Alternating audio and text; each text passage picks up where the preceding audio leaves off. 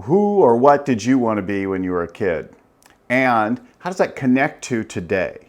Like, what do you do today? What did you want to do when you were a kid? What's the connection? What's the through line there? What does it say about you? And how could it help you level up or do more of that?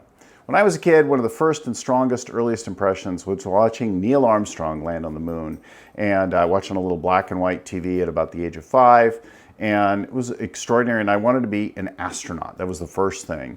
And if I look at it today, it's like doing extraordinary things, like doing something really, really amazing and unprecedented.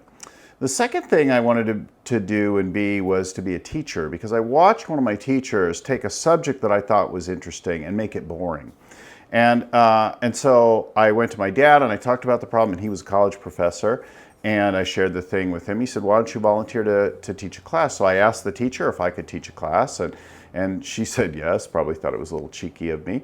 And I taught a lesson that I framed against a comic book that other kids my age would love, and I made it a pretty fun lesson. And I learned kind of early on about making learning interesting and fun. Like fun as a through line is pretty important to me. And the third thing is I wanted to solve energy problems on a global scale as a scientist or engineer.